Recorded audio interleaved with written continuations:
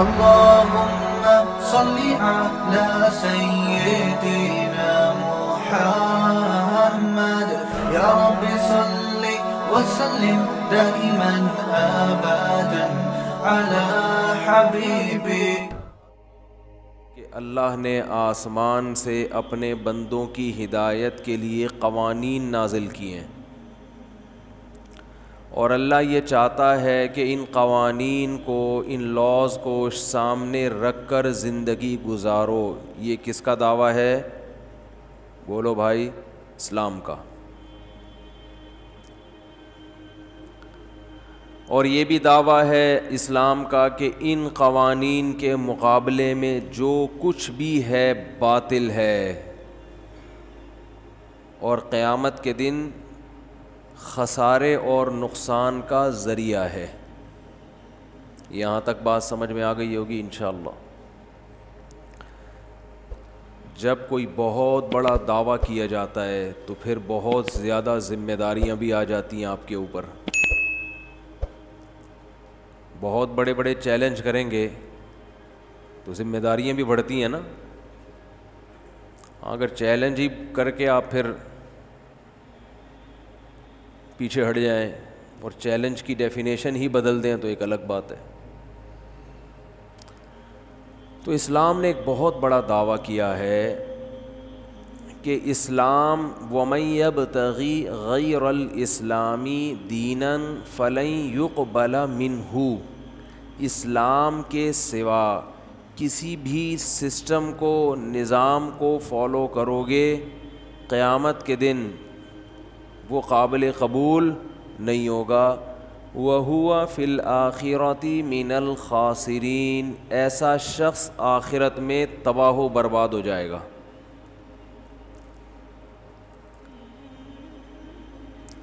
تو یہ ایک اس بات کی علامت ہے کہ اسلام کا جو دعویٰ ہے وہ بہت بڑا ہے، کیونکہ دنیا میں کوئی اور سسٹم یہ دعویٰ نہیں کرتا، وہ لچک رکھتا ہے.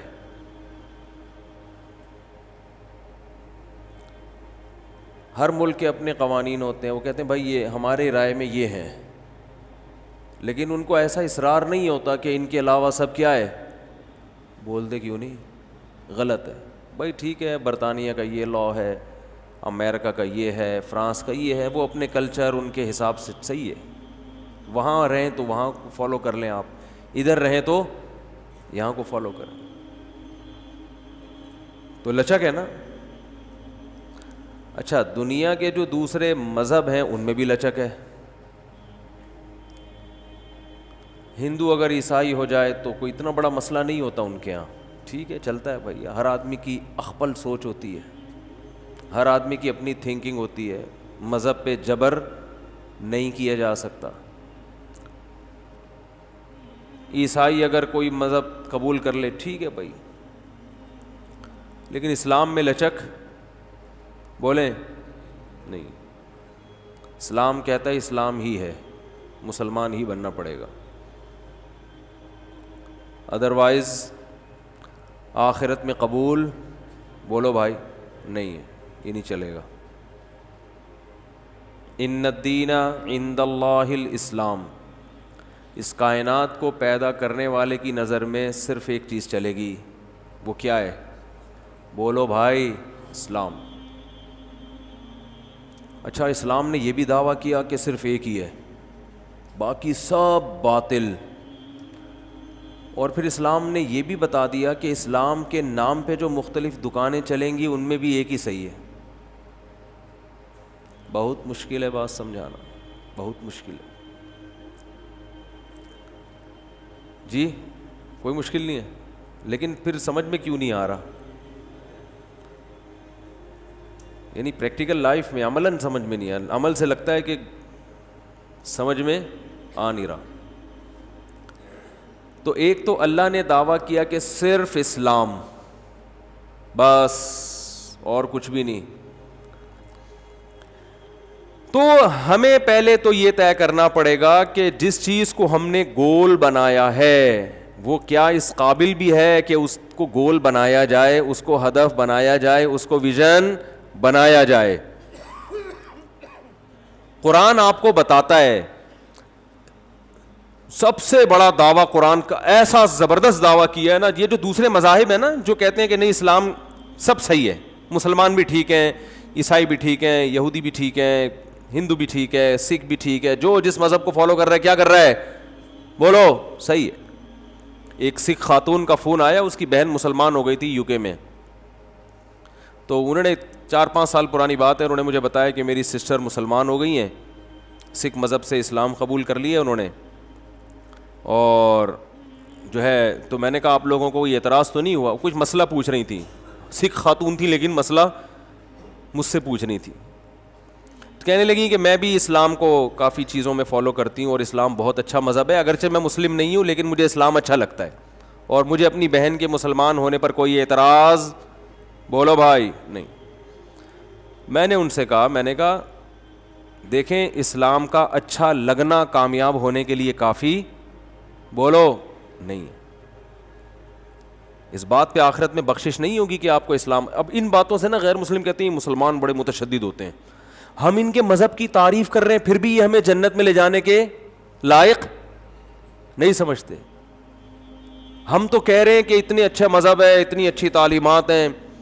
او بھائی بات یہ ہے کہ یہ اسلام مولانا کا مولوی کا مذہب نہیں ہے. یہ کس کا دین ہے؟ یہ تو اللہ کا دین ہے.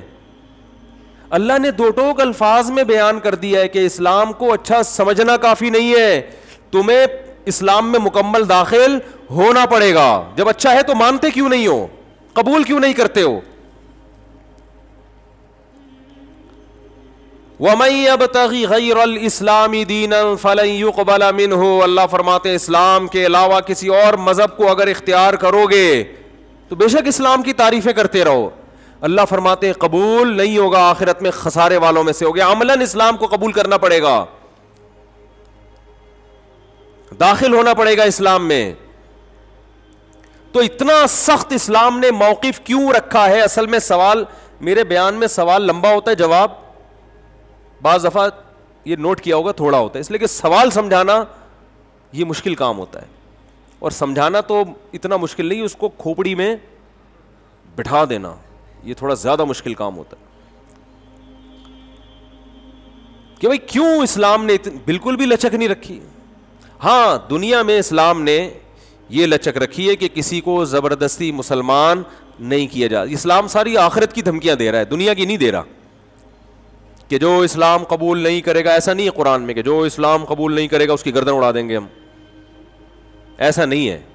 جو اسلام قبول نہیں کرے گا اس سے مسلمان تجارت بند کر دیں گے، ایسا بھی بولو کچھ نہیں ہے. جو اسلام قبول نہیں کرتا اس سے اچھا سلوک کرنے کی تمہیں اجازت نہیں ہے، ایسا بھی قرآن میں کہیں نہیں ہے. نبی صلی اللہ علیہ وسلم نے یہودیوں کو ہدیے بھیجے ہیں، اور جو یہودی رشتہ دار تھے آپ صلی اللہ علیہ وسلم کی زوجہ سے، ان کو آپ نے ان سے صلہ رحمی کا حکم دیا کہ بھئی یہودی ہیں مگر رشتہ دار ہیں، بلڈ ریلیشن ہے. قرآن نے کہا والدین اگر کافر ہوں، پکے مشرک ہوں، تمہیں زبردستی شرک پر مجبور کرتے ہوں، پھر بھی دنیا میں تم نے ان سے اچھا سلوک کرنا ہے. غیر مسلم بھی ہوں چونکہ والدین ہیں، پیرنٹس ہیں، احسان ہے، سلوک اچھا کرنا ہے ان سے. بات آ رہی ہے سمجھ میں کہ نہیں آ رہی ہے؟ لیکن آخرت کے بارے میں قرآن نے صاف کہہ دیا کہ آخرت میں ان کا کوئی حصہ نہیں ہے. یہاں تک بتا دیا اعمالہم کرماد اشتدت بہ الریح فی یوم عاصف، فرمایا ان کے اچھے اعمال کی مثال راکھ کے اس ڈھیر کی طرح ہے. ہوا کا ایک جھونکا پورے ڈھیر کو سیکنڈوں میں اڑا کے ختم کر دیتا ہے. اسلام کے علاوہ اسلام کسی اور کو ماننے کے لیے تیار نہیں ہے، اور کہہ رہے ان کے اعمال کی مثال ہے راکھ کا ڈھیر. کیوں اتنا بڑا دعویٰ کر رہا ہے؟ سوال میں یہ سارا ٹائم لگ گیا. بھائی اصل میں بڑا دعویٰ جب کیا جاتا ہے جب اس کی دلیل اتنی مضبوط ہو کہ اس دلیل میں 2 اور 2 4 کی طرح جواب آتا ہو اس کا. ورنہ اتنے بڑے بڑے دعوے کر کے انسان انجینئر کی طرح کیا ہو جاتا ہے؟ پھنس جاتا ہے. بات آ رہی ہے سمجھ میں؟ ورنہ کیا ہو جاتا ہے انسان؟ کنی کترانے لگتا ہے. تو اسلام نے جو اتنا بڑا دعویٰ کیا نا، اس دعوے کے برحق ہونے کی اسلام کے پاس بولو دلیل ہے. وہ دلیل کیا ہے؟ کہ اسلام کہتا ہے کہ جو لا، جو قوانین اللہ نے بتائے ہیں جن کو فالو کیے بغیر نجات ممکن نہیں ہے، ان قوانین کی ٹکر میں دوسرا کوئی قانون لے کر آؤ، تم کوئی ضابطۂ حیات لے کر آؤ جو اس کے مقابلے میں ٹھہر سکے. کسی کے پاس بولو ہے ہی نہیں، کسی بھی معاملے میں نہیں ہے. تو میں نے جو آیت پڑھی تھی نا اس میں دو چیزوں کو صرف فوکس کیا تھا. دیکھیں عبادت دنیا کے ہر مذہب میں ہوتی ہے اور کسی کو کسی کی عبادت پہ کوئی اعتراض نہیں ہوتا. ہندو مندر میں جاتے ہیں، مسلمانوں کا اعتراض ہوتا ہے؟ بولو نا. مسلمان مسجد میں آتے ہیں، ہندوؤں کو اعتراض ہوتا ہے، امریکہ کو اعتراض ہوتا ہے، جاپان کو کوئی اعتراض ہے. بلکہ جو ان میں اچھے پڑھے لکھے لوگ ہیں وہ اور اپریشیٹ کرتے ہیں، چلو یار اچھا ہے، ہم نہیں اپنے مذہب کو فالو کر رہے، تم تو کم از کم کر رہے ہو. اسلام کی جو لڑائی ہے نا اصل میں وہ دو چیزوں میں ہے اس وقت پوری دنیا سے. دو چیزوں میں لڑائی ہے. کتنی چیزوں میں؟ جس میں اسلام اور دنیا کے دیگر تمام مذاہب اور تمام قومیں آ کے ایک میدان میں آمنے سامنے کھڑی ہو گئی ہیں. دو چیزوں میں. جن چیزوں کا آخرت سے تعلق ہے اس میں کوئی آپ سے لڑنے کے لیے تیار نہیں ہے. وہ کہتے ہیں بھائی جس کا آخرت پہ یقین ہوگا تو کر لے، نہیں ہے تو نہیں کرے. لیکن دو چیزیں ایسی ہیں جن دو چیزوں کا تعلق آخرت سے نہیں ہے بلکہ اس کا رزلٹ فوراً دنیا میں نظر آتا ہے. ایک اسلام میں جو حیا، پردہ، مرد اور عورت کا اختلاط، اس کی اسلام اجازت نہیں دیتا. یہ پوری دنیا اس میں اسلام کے مقابلے میں آ کے کھڑی ہو گئی ہے. دوسرا اسلام کا جو معیشت کا نظام ہے، سمجھ میں آ رہی ہے بات؟ کیپٹلزم ایک الگ سسٹم ہے، سرمایہ دارہ نظام ایک الگ سسٹم. اسلام نے جو معیشت کے جو اصول بیان کیے ہیں نا، معیشت کے اصول کہ پیسہ ڈیوائڈ جو پبلک میں ہوگا کن اصولوں کی بیس پہ ہوگا، یہ ایک ایسا نظام ہے جو دنیا کی آنکھوں میں آنکھیں ڈال کے بات کر رہا ہے. بہت مشکل ہے. وقت پورا ہو گیا تو اب اور مشکل ہو گیا بات سمجھانا، تو میں پھر سمجھاؤں گا انشاءاللہ 2 منٹ میں اپنی بات مکمل کر کے پھر میں یا تو جمعے کے بعد تھوڑی دیر بیٹھے ہیں ورنہ پھر اگلے ہفتے. دو چیزیں ایسی ہیں جس میں اسلام اس وقت پوری دنیا کی آنکھوں میں آنکھیں ڈال کے بولو نا بات کر رہا ہے، اور پوری دنیا کو اسلام ان دو چیزوں کی وجہ سے ہی کھٹک رہا ہے. باقی کسی چیز میں ان کو نہ کوئی داڑھی پہ اعتراض ہے میرے بھائی، سمجھ رہے ہو؟ ان کو نہ نماز پہ اعتراض ہے. وہ کوئی دفتر میں آپ کو نماز سے ایک وقتی طور پہ منع کر دے کہ اس کا کاروبار کا نقصان، اور وہ تو ایک نجی معاملہ ہے نا. جو بڑی سطح پہ دو چیزیں ہیں جس میں اسلام کیا کر رہا ہے، دنیا کی تہذیبوں سے ٹکرا رہا ہے. نمبر 1، اسلام سودی نظام کو کسی قیمت پہ برداشت نہیں کرتا، جبکہ دنیا کے جن کے ہاتھ میں دنیا کی تقدیریں ہیں، دنیا کی لگام ہے، ان میں 99.9% لوگ سود خور ہیں. ساری دولت بینکوں کے ذریعے کس کے پاس جا رہی ہے؟ چند مخصوص ہاتھوں میں جا رہی ہے کہ نہیں جا رہی ہے؟ جن کا اپنا ایک دھیلا بھی خرچ نہیں ہوا. یعنی یہ پیسے کی غیر منصفانہ تقسیم ہے، یہ نیچرل تقسیم. بولو دیکھو پہلے کیا ہوتا تھا، یہ بہت کروڑ پتی ہے، کیوں ہے؟ اس کے باپ دادا سے چلا آ رہا ہے پیسہ. دادا نے محنت کی تو پھر بیٹے کو ایک سطح تک پہنچایا، پھر بیٹے نے آگے مزید، تو جدی پشتی. سائیکل چلا رہا تھا، ایک دم کیا ہو گیا. مجھے ایک بات بتاؤ، جو بڑے بڑے اسٹور وجود میں آ رہے ہیں، بن رہے ہیں، اور بڑے بڑے جو پروجیکٹ چل رہے ہیں ہاؤسنگ اسکیموں کے، ان میں بہت سے ایسے ہیں جن کے پاس پان کھانے کے پیسے نہیں ہوتے تھے. غیر شرعی طریقے سے انہوں نے لوگوں سے پیسہ کلیکٹ کیا، فائلیں بکنا شروع ہو رہی ہیں، پیچھے پلاٹ بولو نا نہیں ہے. اسلام اس کی اجازت دیتا ہے؟ ابھی فائل آپ کے پاس آئی ہے 20,000 کی، پیچھے کوئی پلاٹ نہیں ہے، 30 میں بیچ دی، یہ خالص سود ہے. کیونکہ اسلام کہہ رہے یہ فائل نہیں بک رہی، یہ 20,000 کے بدلے میں 30,000 بک رہے ہیں. بہت مشکل ہے، بہت مشکل. دنیا میں یہ لیگل ہے، اسلام میں کیا ہے؟ اللیگل. یہ تو میں نے ایک مثال دی ہے، ابھی بہت ساری مثالیں دوں گا میں. جو بیان کب ختم ہوئی ہے دیکھ رہے ہیں بہت غصے سے، ابھی بس ختم کر رہا ہوں.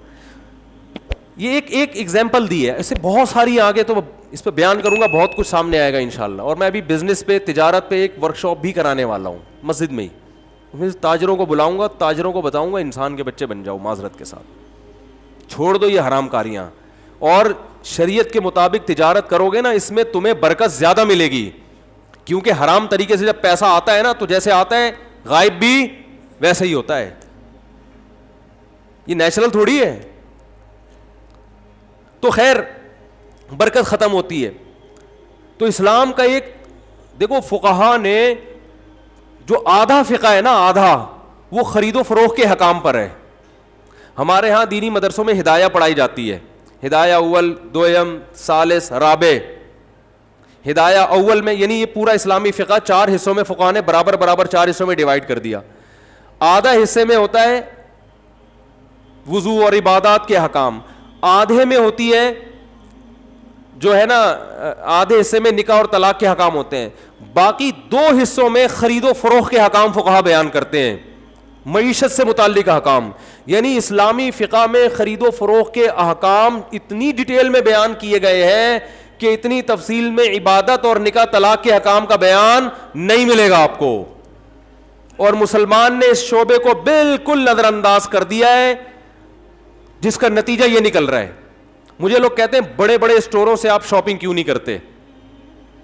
میں کہتا ہوں یہ جو بیچارہ غریب آدمی محلے میں پرچون کی دکان کھول کے بیٹھا ہوا ہے, جدی پشتی یہ کام کرتا آ رہا ہے, یہ وہاں تک نہیں پہنچا.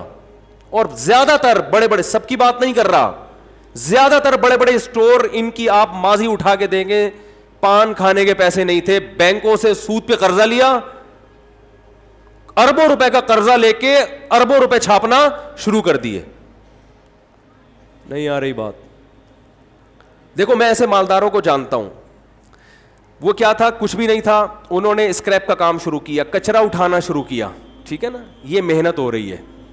کچرا اٹھانا شروع کیا, کچرا اٹھا کے بیچنا شروع کیا. اس کچرے پہ محنت کرتے کرتے ان کو تانبے کا, پیتل کا, گولڈ کا, سلور کا فرق اپنی ایبلٹی کی بیس پہ پتہ چلنا شروع ہو گیا. حالانکہ انہوں نے اسکول میں ایک دن بھی نہیں پڑھا, ان کو گولڈ کی ڈیفینیشن نہیں پتا, فارمولا نہیں پتا کیا ہے.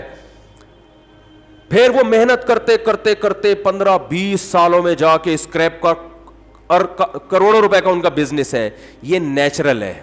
یہ کیا ہے میرے بھائی, بولو, یہ نیچرل ہے. آگے ان کے مرنے کے بعد ان کے بچوں کے پاس آنا, یہ بھی کیا ہے, نیچرل. باپ کی محنت کا فائدہ کون اٹھا رہا ہے, بیٹا. لیکن یہ آدمی اگر یہ نہ کرتا, یہ بینک کے پاس جاتا کہ مجھے 1 کروڑ روپے چاہیے, کنٹینر آیا ہوا ہے, اس کو خرید کے آگے مارکیٹ میں بیچنا ہے میں نے. ٹھیک ہے, بینک نہیں دیتا, غریب آدمی کو نہیں دیتا, لیکن یہ اکاؤنٹ شو کر دیتا اپنے ماموں کا, اپنے چاچو کا, کسی کا بھی, اس کا بھی کچھ کمیشن باندھ دیتا. یار تمہارا اکاؤنٹ, تمہارا نام استعمال ہوگا, لیکن ہے یہ میرا, ہوتا ہے نا یہ. تو یہ میرا خیال ہے 1 ہفتے میں جتنا پیسہ آج اس کے پاس ہے, 1 ہفتے میں آ جاتا ہے کہ نہیں آ جاتا, بولتے کیوں نہیں آ جاتا. اور ایک دفعہ جب بینک کو اعتماد ہوتا ہے کہ یہ قرضہ اس نے لوٹا دیا ہے, اب اس کی لاٹری, پھر یہ ملک کا صدر بنتا. ہمارے ہاں اکثر جو بنے ہیں نا وہ اسی پروسیس سے, بولو نا, گزر کے بنے. سب نہیں, یہ سب میں نہیں اس لیے کہتا کسی کا فون آ جائے آپ نے مجھے چور کہا تو آپ کے علاوہ بھائی میں نے سب کو تھوڑی کہا ہے, کچھ لوگ میں نے مستثنا رکھے ہیں. وہ ہیں کون مجھے خود بھی سمجھ میں نہیں آ رہا, لیکن وہ کسی وقت تنہائی میں بیٹھ کے 3-4 گھنٹے غور کریں گے, شاید کوئی 2-3 نام اللہ تعالیٰ ذہن میں ڈال دے. فی الحال تو نہیں آ رہے, لیکن کیا ضرورت ہے. دوسری چیز ہے بے حیائی. بے حیائی آپ کے فیملی سسٹم کو کیا کرتی ہے, تباہ. جب بیوی اور سالی پردہ, بیوی بھی ویسے ہی بیٹھے گی جیسے سالیاں بیٹھتی ہیں آپ کے سامنے, تو مزہ تو بہت آئے گا, لیکن آہستہ آہستہ آپ کا خاندانی نظام کیا ہو جائے گا, بولو, برباد. جو کہ ہو رہا ہے مکس گیدرنگ شادیوں میں. اسلام اس کو نہیں مانتا. ٹیلی ویژن میں اینکرز آ کے بیٹھ رہی ہیں, فری ہو رہی ہیں آدمیوں سے, مردوں سے, ہا ہا ہو ہی. اب تو دینی پروگرام بھی وہی پیش کر رہی ہیں. کچھ دن پہلے ہو سکتا ہے یہاں کوئی ملک کی مشہور ایکٹریسز بیٹھی ہوئی ہوں جو فلموں میں بہت زبردست اپنی پرفارمنس دکھایا کرتی تھی. آج جی ان محترمہ کا بیان ہے جو اسلام کے بارے میں زبردست. پھر لوگ کہتے ہیں اسلام پر کسی کا قبضہ نہیں ہے. بھائی ٹھیک ہے, قبضہ نہیں ہے, اسلام کی بات کوئی بھی کر سکتا ہے, لیکن کچھ لباس تو کم از کم, اسکارف تو لے لینا, کم از کم اسکارف تو لے لے بھائی. اسلام کی بات پر مجھے تو زیادہ اچھا لگتا ہے, بلکہ لبرل عورتیں جب اسلام کی بات کر رہی ہوتی ہیں مجھے اچھا اس لیے لگتا ہے کہ چلو یار کچھ تو اسلام کے بارے میں ان کے منہ سے نکلا نا, خوشی ہوتی ہے. لیکن آپ کی ڈریسنگ ایسی ہو کہ لوگ کہیں یار یہ اسلام میں جو ڈریس کا سسٹم ہے نا یہ ایسا ہی ہے. بچیوں کے لباس دیکھو آپ, اگر آپ شلوار قمیص بچیوں کے لیے خریدنے جاؤ, دوپٹہ خریدنے جاؤ 10-11 سال کی بچی کے لیے, آپ کو مارکیٹ میں نہیں ملے گا. لباس گیا, ختم, برباد ہو گیا. اور ان دو چیزوں پہ محنت ہو رہی ہے دبا کے. ایک معاشی نظام اسلامی نہیں آنا چاہیے, اس پہ غیر محنت کر رہے ہیں. دوسرا حیا کو پروموٹ نہیں ہونا چاہیے, سمجھ رہے ہو.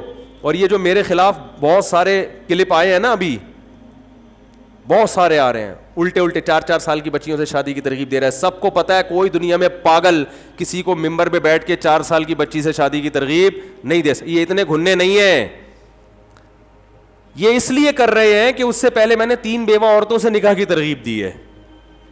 وہ ٹھڑک 3 بیوہ عورتوں سے نکاح کی جو ہے نا, اس کے خلاف کی جو ٹھڑک ہے وہ نکالی انہوں نے اس مذاق پہ ہے, سمجھ رہے ہو.